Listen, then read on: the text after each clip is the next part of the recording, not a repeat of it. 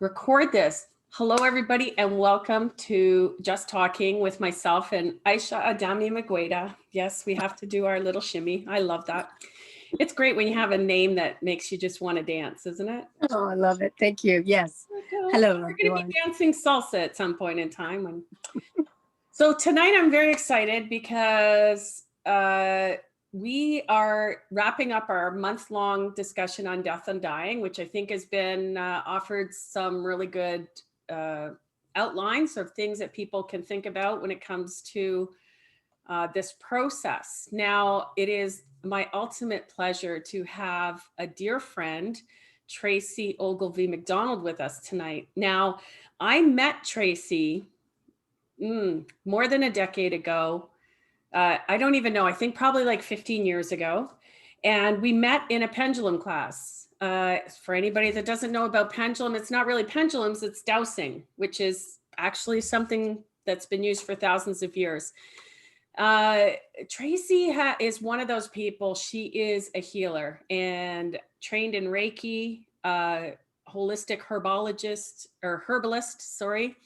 And then for me personally, it was great because she's one of the first people that I could talk about death and dying with in the way that I was accustomed to.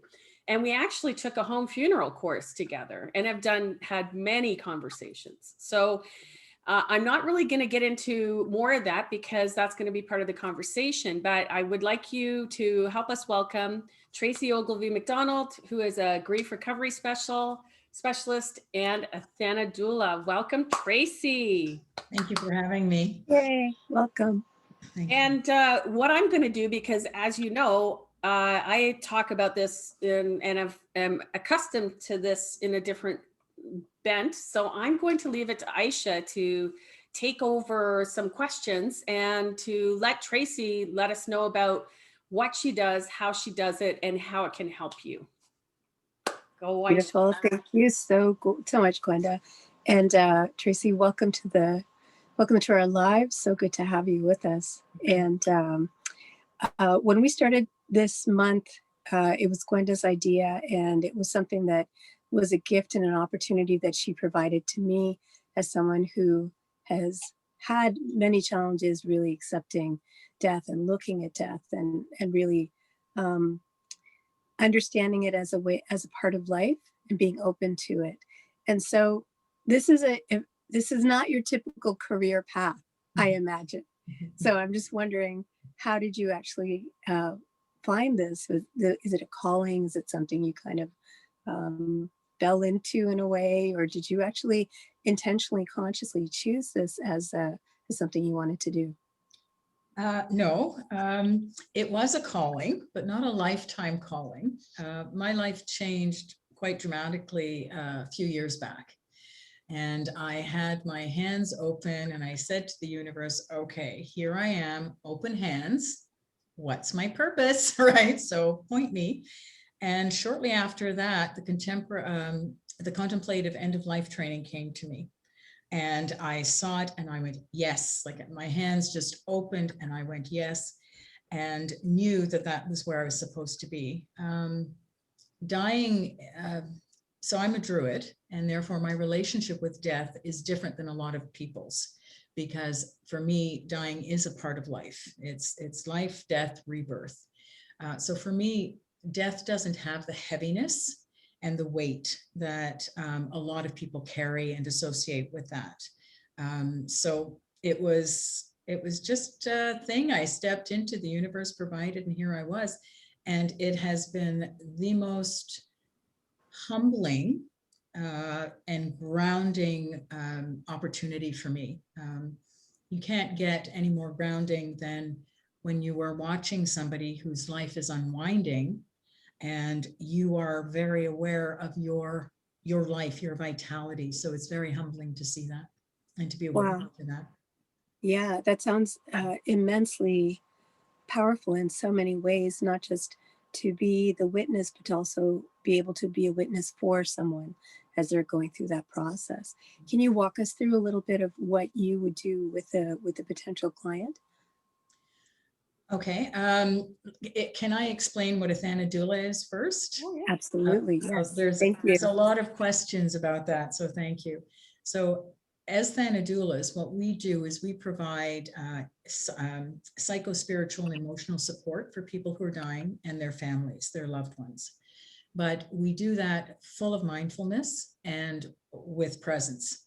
And through the presence, we form a spiritual connection with that person who's dying. And because we have that spiritual connection, we understand what we're there to do, we wind up holding and creating that sacred space.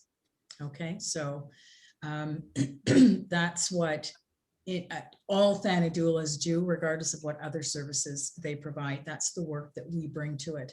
So it is quite a spiritual connection to that person. If somebody is dying, so I will work with people who have been just newly diagnosed, as well as people who are coming to the end of life. And we will sit down, we'll discuss some expectations, because different people think different things or think they need different things. And we'll find out if we're a right fit, right? Because it's all about the heart. So if that person is not going to be comfortable with me, I could potentially refer them to somebody else. But if we're a good fit, then it's spending time with that individual. I am not a personal support worker. Those people have specific training and specific certification. I am there to work with somebody, to let them be who they need to be, to let them express, to let them communicate perhaps in ways that they can't communicate with their families, because, you know, there's grief all throughout all of this.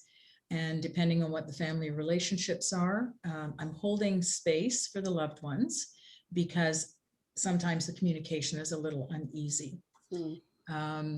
So I will do the very best I can to help foster and create quality end of life. We don't realize how important it is for us to hold people who are dying in a heart space. Because we're uncomfortable with death, we sometimes distance ourselves. You know, oh, I don't know what to say, so maybe I just won't go. We need to step up then more than any other time to say, I love you. Thank you for being part of my life. You know, you're still here. And how can we make those quality moments?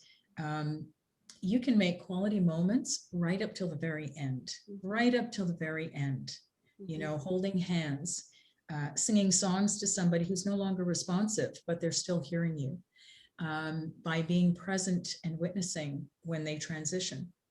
So it's that sort of thing that we do. Sometimes I would hold vigil. It's been very difficult. Vigil is an area that has some question marks around it now because of how long it might take because of COVID. We've had a lot of problems there being with people who are ill. Can you, sir, just elaborate a little bit on what it means to hold vigil? So holding vigil is when you become especially mindful, especially aware of the individual who is transitioning. So it does become a spiritual awareness. And it's not just myself. If you have family that's in the room that's holding vigil, or friends that are in the room that are holding vigil, all you're doing is you are bringing your complete awareness and presence to the spirit of that person. I see. Okay. Thank you. And vigil can go on for a while because, you know, dying isn't, there's no schedule to dying. So when you think you've been told by a professional perhaps that somebody only has, you know, 4 or 5 days left, but it turns out they're still in that process for the next 2 weeks. Vigil is important because the people who are holding that space, you do need to be able to take a break. You need to be able to rest and come back to make sure that you're holding that space in a sacred way. So. And just to throw in, like with my own, like, again, with my father, that's exactly what I did. It was me and him. And when I was a kid, he used to play solitaire. So I literally sat next to the bed and I was talking him through, and it's like, oh, there's an ace. So, and I was talking him through the whole process of solitaire because that was something that joined us before. That was something that he liked to do. And I mean, I think the other thing that we can,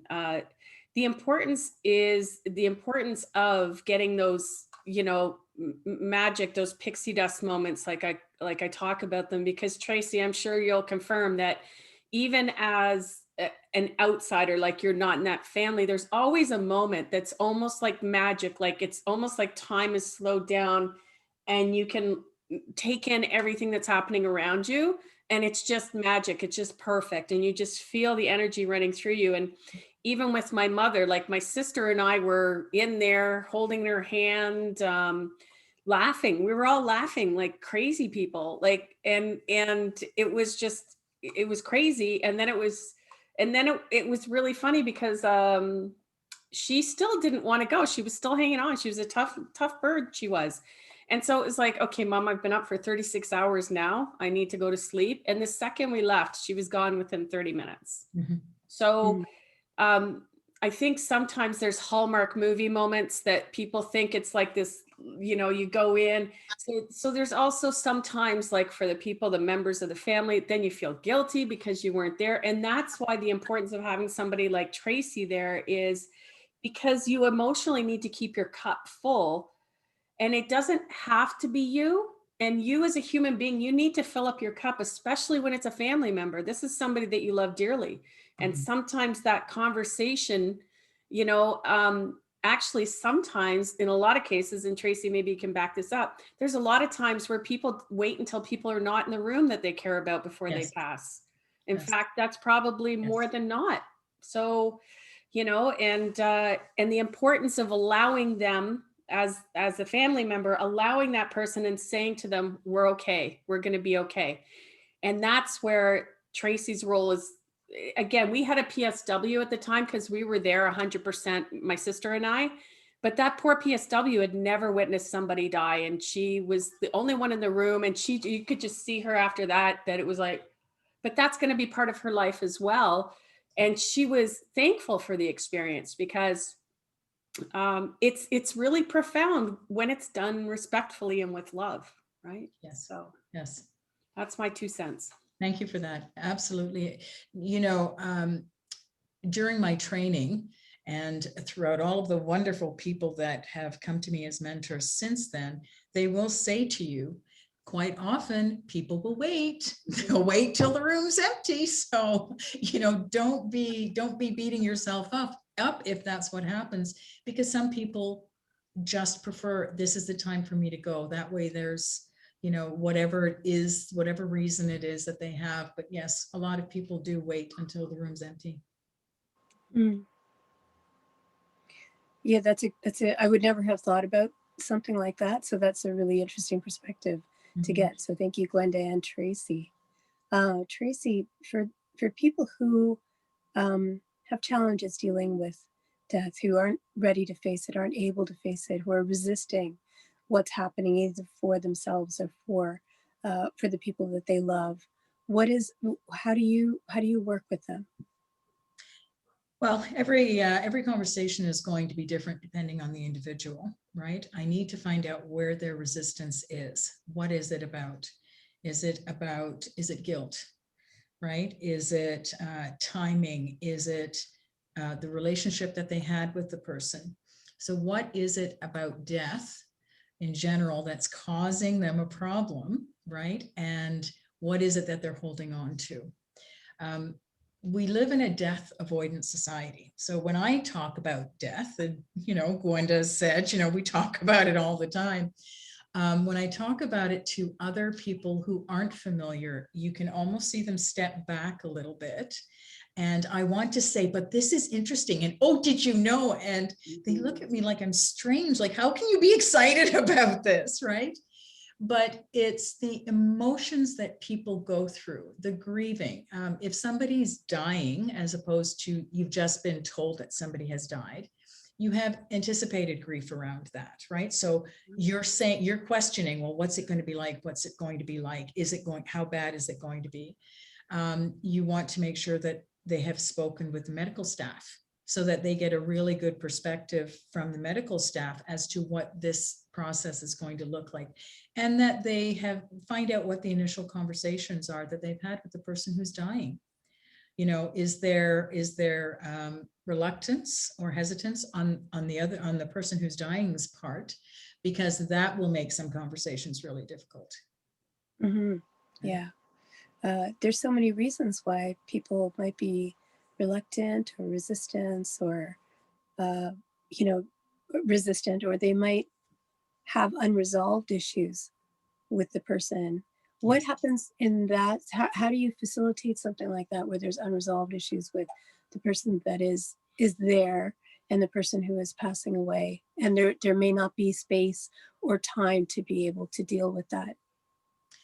So my very first priority is the person who's dying. Okay, so that's my very first priority. My role in supporting the loved ones is to see what I can do. Can I facilitate communication? Can I take nuggets without breaking confidence from one place to the other? And then sometimes you just can't. Sometimes you just can't. And my job then is to work with the person who's dying, to give them as much peace as I can possibly give them, to help them get to a place where they're as less fearful, more content. It doesn't have to be that Buddha moment. But if you just lessen the anxiety just a bit, that's important, because that's the person that I'm really there to create that space for. Families that are going through grief, who have had strained relationships, that isn't necessarily the sort of communication that will get opened immediately and just because that person is dying, right? When my father died, I was 17, and my father and I had a very complicated love-hate relationship. And when he died, I got to tell you, I was a little excited about it. I mean, we were in that not so nice place, right? I helped my mother do the funeral arrangements. It wasn't a nice place, Ayesha. I helped my mother do the funeral arrangements. She was just unable to communicate with the funeral director. We had a 3-day visitation at the funeral home. My grandmother was there. It was her only son. And I remember her kneeling by the casket. It was an open casket, and she just broke down over her rosary. So I gathered her up and I took her out to a place and, just held her as she was crying. There were a few other people like that, but the funeral home was looking to me if they had any questions. So my father, 3rd day now, and they're going to close the casket lid. So that's something the family normally goes up, says their final goodbyes, they leave the room, and then the lid is closed. And I went up and I looked at my father's body and I like this. And my girlfriend was beside me and I said, I don't know what to say, right? So I put my hand on his and I started to cry. Have no idea why I was crying. And then I left the room. I was 35 when all of that grief and my relationship finally came to a place where I was at peace with my father.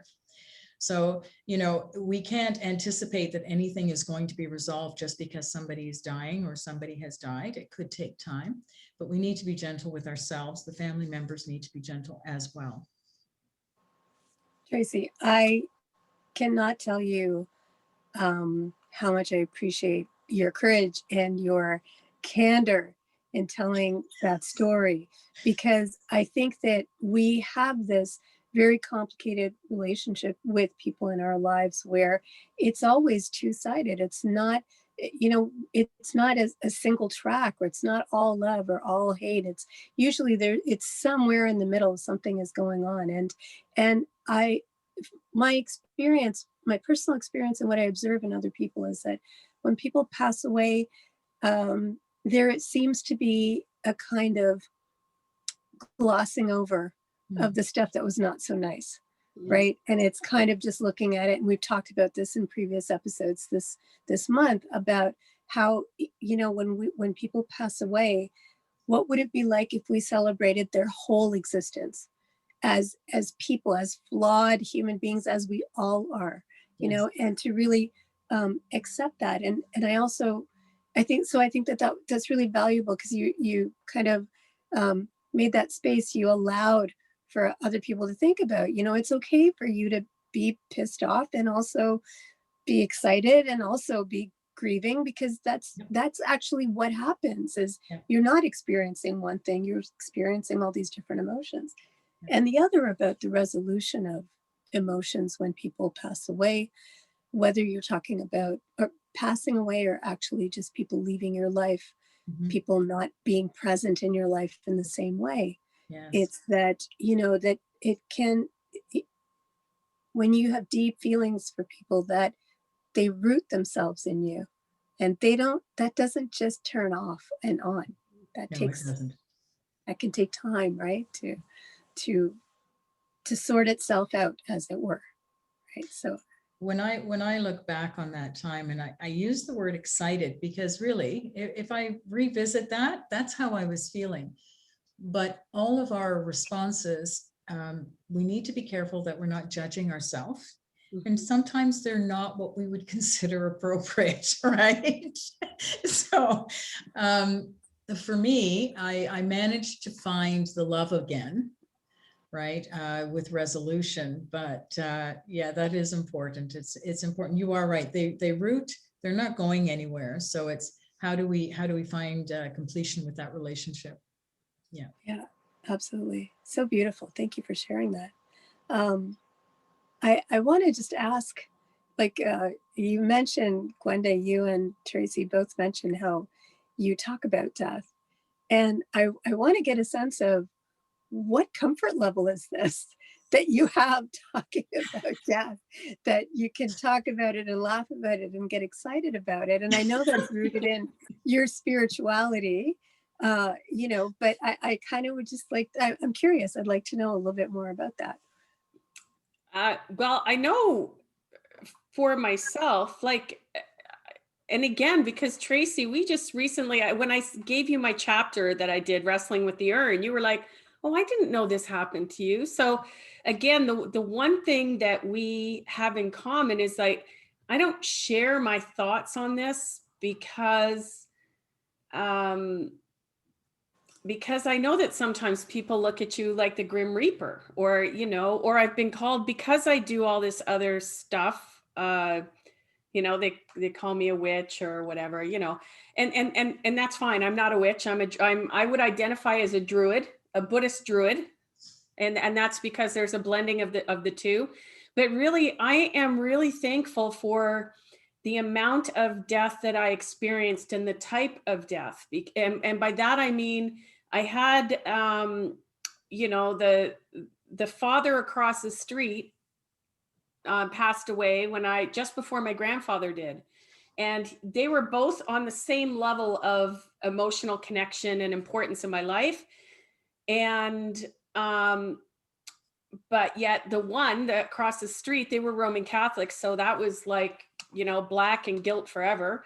And then we went to my grandfather's, and this is where we have, because you're a Scottish descent, right, Tracey? And mine's a Scottish, German, Irish. And so it's really a Celtic thing where they practice wakes, where they practice a celebration of life. And that's where you get, again, we've gotten to the place where John just did something on this. We don't speak ill of the dead. And it's like, you know, if somebody's at my service or memorial or whatever it ends up being, and doesn't say, oh my God, she would start a conversation, you'd end up over here, and sometimes you'd be completely lost. If they didn't mention that in some sort of frustration, I would come, you know, I'd reach up from the ground. No, I'd be in a box of ashes anyways, that would be more offensive, because I think that's one of the things that, while it may frustrate you guys, I'd hope that would be something endearingly frustrating. You know, with my mom, like, you know, the whole thing we were laughing about is that because she was, you know, she was flailing and she hits my sister in the face. Well, my mom and I had a very explosive relationship for quite a while. And so, you know, I just, oh, there you go. And she's, hey, my sister's like, hey, why did you do that? And it's like, well, it's about time you hit somebody else, right? And again, it was a joke. And that just turned out, my mom was like busting a gut. Like, And we're talking, you know, she was a tiny thing and she's barely, you know, the teeth in her mouth are barely hanging in. She's like, and it's like, you know, but, you know, and then having things like my mother being a gerontological nurse, she was the worst patient. But I can remember with my stepfather, just the innocence of her coming out on the front porch and going, "Oh, I guess you haven't seen a dead body." It's like, no, Mom, where would we see a dead body? And do you think we should do something about it? And really, if we didn't have that dark humor, and also like when I look at other people and they're experiencing their first real death, like by that I mean not somebody that's an extended circle, like first inner circle. It's a lot, you know, emotional resilience is a muscle. So we need to be able to know that our heart can love huge amounts, but we need to be able, like the Grinch, we need to know that our heart can expand. And the only way we can do that is to be fully present in those emotional times, to be able to feel everything. So, and I just find, even in my work with Make-A-Wish, some of the most profound experiences were with kids who were the sickest, you know, because just because you get a diagnosis, a prognosis, it doesn't mean that that's going to happen. It just means that here's an estimation. And so what you do from that point is, okay, am I going to fully live or am I going to check out already? And so from the time I was 21, I've just decided that anybody that I talk to, anybody, you guys know I'm a big mushy. I tell everybody I love them because I do. And I want you to know that, right? And so that's how I choose to live my life. And then I met Tracey, and she's like the same way. And we have conversations about ancestors because of the Druid path and things like that, which we are all connected. So that's my little ramble. No, and thank you for that, because you're completely right. Ayesha, one of the, when we say excited about conversations, so we don't view death as this awful, heavy, this end of life sort of thing. But what is exciting is to look at the new ways that we have for body disposition. We're looking at new ways of how do we bring love? How do we hold space? You know, when you see a family, seriously, in tears over, and they're holding hands with somebody, that for a lot of people, you would say, oh, that's just awful, poor them. Well, no, you know what? Good for them. Good for them that they're letting that person know that they're all grieving together, you know, but it's because they've had that relationship. So exploring death and how other cultures view it, how we view it, only by exploring it and opening it up.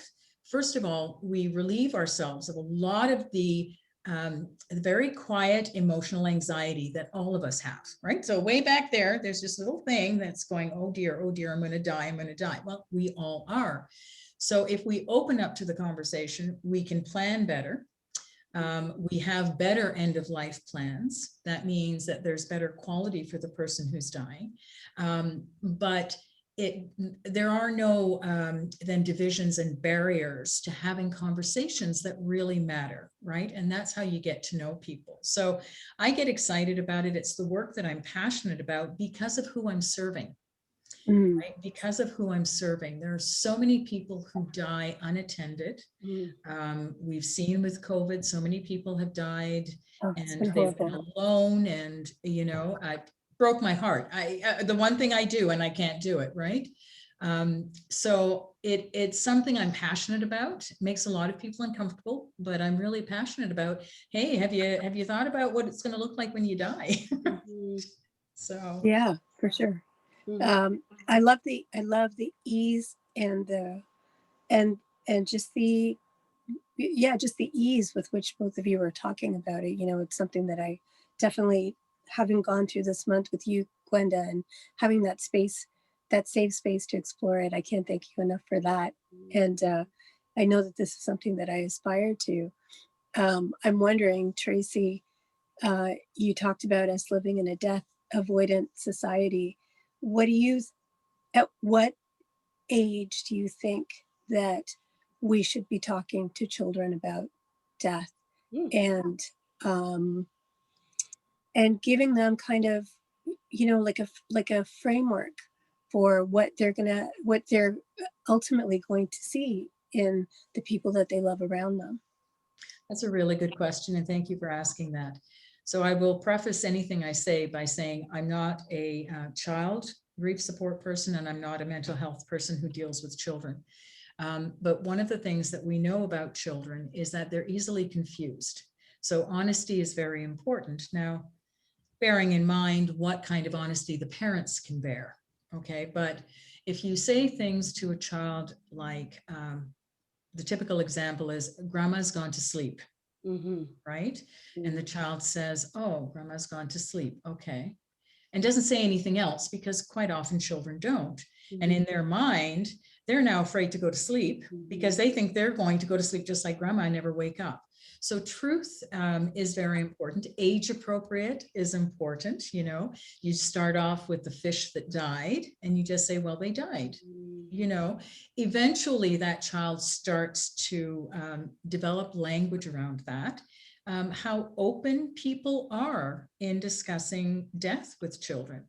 I have 3 grandsons. My eldest grandson is 11. And he was here with me, so he knows what I do. And, you know, he hasn't asked a whole lot of questions yet, but I don't know what he's thinking. However, when he was here the last time, he said something about, I don't know, something that was in my house. And I said, oh, okay. I said, so when grandma dies, do you want that? And he goes, you're not going to die, grandma. And I looked at him and I said, well, we all are one day. Yes, I am. So if there's anything in the house that you'd like, buddy, just let me know now. I'm telling you, Ayesha, 2 hours later, he comes up and he says, grandma, when you die, can I have your DVDs and your Blu-ray player? Oh my God, that's so cute. Yeah, sure, buddy. So I think for children, they have to know it's okay to talk about death. We certainly don't want to build fear, you know, but also don't make promises you can't keep. So I personally, and I'm very firm about this, as a mother, I would never say to my son, I promise you that I'm not going to die, right? You know, if Nicholas had said to me, Mom, promise me that you're not going to die, I would say, well, I can't do that, buddy. All of us die, but I can tell you I'm going to do my best not to, right? So however the parents and the adults feel comfortable, but yeah, suggesting fear, right? So we do need to be careful about that. But honesty, death comes to us all. And can I'm just going to add in, because again, I think last week I talked about the memory book. And one of the things that was at the death symposium was the teddy bears, that they would take clothes from the person dying and they would make a teddy bear, right? And so that was like the favorite shirt of grandpa or whatever. But you know, the one thing that, and again, Tracey, you brought up the fact that maybe the parents don't have the language or can't emotionally contribute to that conversation, because I know my sister said, can you talk to my niece? And so we had a conversation, and we have ongoing conversations when it comes to like Samhain or some of the Druid rituals as well, because they all talk about ancestors and they all talk about that we come from before and we will go after, and that having that conversation, because my mother, that's one of the things that helped us was, well, unfortunately, not the emotional part so much, but the fact that we could talk about it, you know, and I think, again, with my grandfather's funeral back in the day, seeing the respect, because he was, you know, he passed away in a small town in Ontario back in the day, and everybody came down off the poles and it was a respectful situation.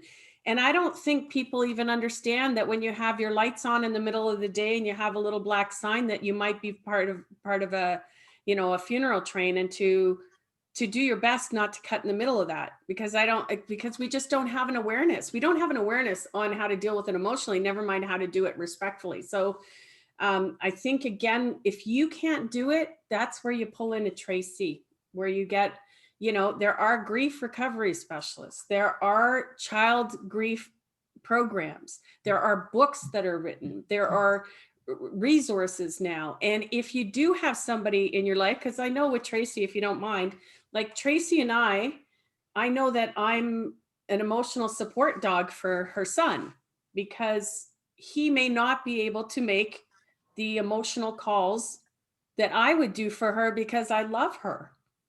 And I love in a different way, right? Like it's that, because I think it's more important to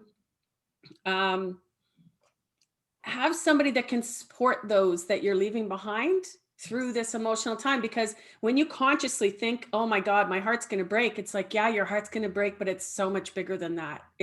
You will experience a love of being fully present that changes your outlook on the world. Is it easy? No. But starting a child off from a place where you're making it less than clear the fact that they're not here anymore, and that really the most important part of them is to continue to tell their stories, and to show a movie like Coco, which again, we've talked about the Day of the Dead, and the fact of how that story tells how important it is in the Mexican culture, right? In the Latin culture, that that you have this, that once people forget you, that's when your picture goes. That's when you disappear, because you are no longer part of the story. And that's why we honor our ancestors. And again, that's part of their cultural upbringing. So it's not looked at as taboo. So that's my 2 cents. Mhm. Yeah, I think the thing is all around normalizing it, Mhm. right? Normalizing death and being more proactive around it rather than reactive when it's happening, so that you have that grounding, so that you have that understanding, that openness to the experience that you're going to have. And like you said, Gwenda, there's a lot of cultures that have a different kind of ritual around it, a different kind of understanding around it than how the Western death avoidant world deals with death, right? So it gives it a different, it provides a completely different kind of experience around that, right? So I think that that's very valuable. So thank you for sharing that. Yeah, Tracey, thank you so much for all your beautiful insights, and just knowing that there are people like yourself out there supporting people who are on their path to the next chapter of their being, and the people that are staying behind. That's so powerful and so beautiful. So thank you so much for sharing that. Thank you in return, because thanks to the two of you, you are starting those conversations and you're making them less awkward. So thank you for doing this past month and tonight. Oh, thank Yeah, you. So yeah, here we are. We end up yapping. So we're 40 minutes in, but I think that's still pretty good.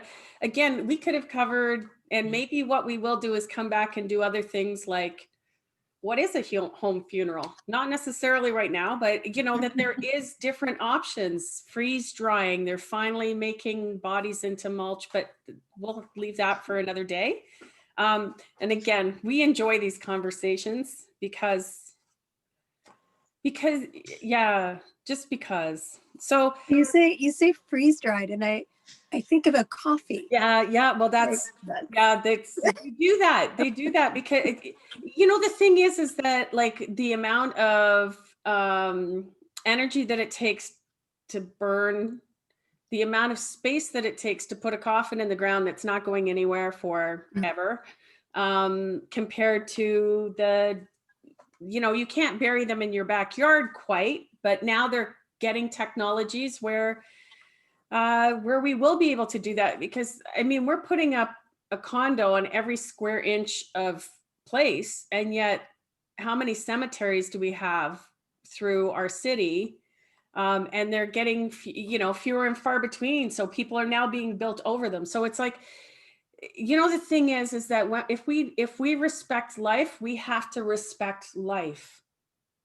If we respect death, we have to respect death.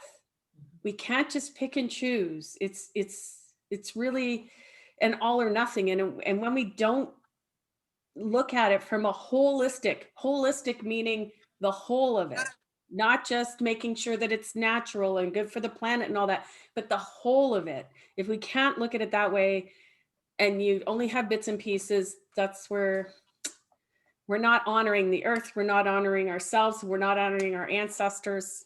Okay. See, and as you could see, we could go on, and we do, like, we literally do get into these conversations where, you know, and this is the exciting part, because one day we are the ancestors, right? We are the ancestors. We are going to be those people that dream the next part into existence. So what is that world that we want to be? How do we want to use our energy to represent that, right? Because we will not be here forever. So Yeah. Oh, and now I'll just put my soapbox away. So two of my favorite people, I love you guys. So anybody, if you have any questions, I'm going to put Tracey's link on our page. And I did, because here I just want to point out that Tracey does in-person grief recovery. And I know somebody else who actually does online grief recovery, which I've also posted. So that's the difference between those two, because it's a different skill set to be able to do. And Tracey's a hands-on kind of gal. And that's what makes her amazingly awesome, and a big, beautiful heart. So thank you, Tracey, again for joining us. Thank you both. And Ayesha, I love you as always. You have the best questions. You are so thoughtful and so present. And that's why I love when we just talk. I love you too, babe. Thank you so much for this month. Yeah, it's a gift. And I really can't. I know I do it every time. And people are probably like, God, you two, just get a room already. Like, you know, but it's true. Like that, like you literally, creating this space has changed my perspective and my life in a very profound way. And so I'm so, so grateful to you. Thank you, Gwenda. Thank you so much. I love you. And thank you, Tracey. So beautiful to meet you. And Nice to meet you as well. Very heartwarming what we shared today. Thank you. Thank you. And next month is going to be all about discernment. And we're going to see what that's going to look like. So we'll see you next Sunday, 7 o'clock, right here. Take care. I love you all. Okay. Bye.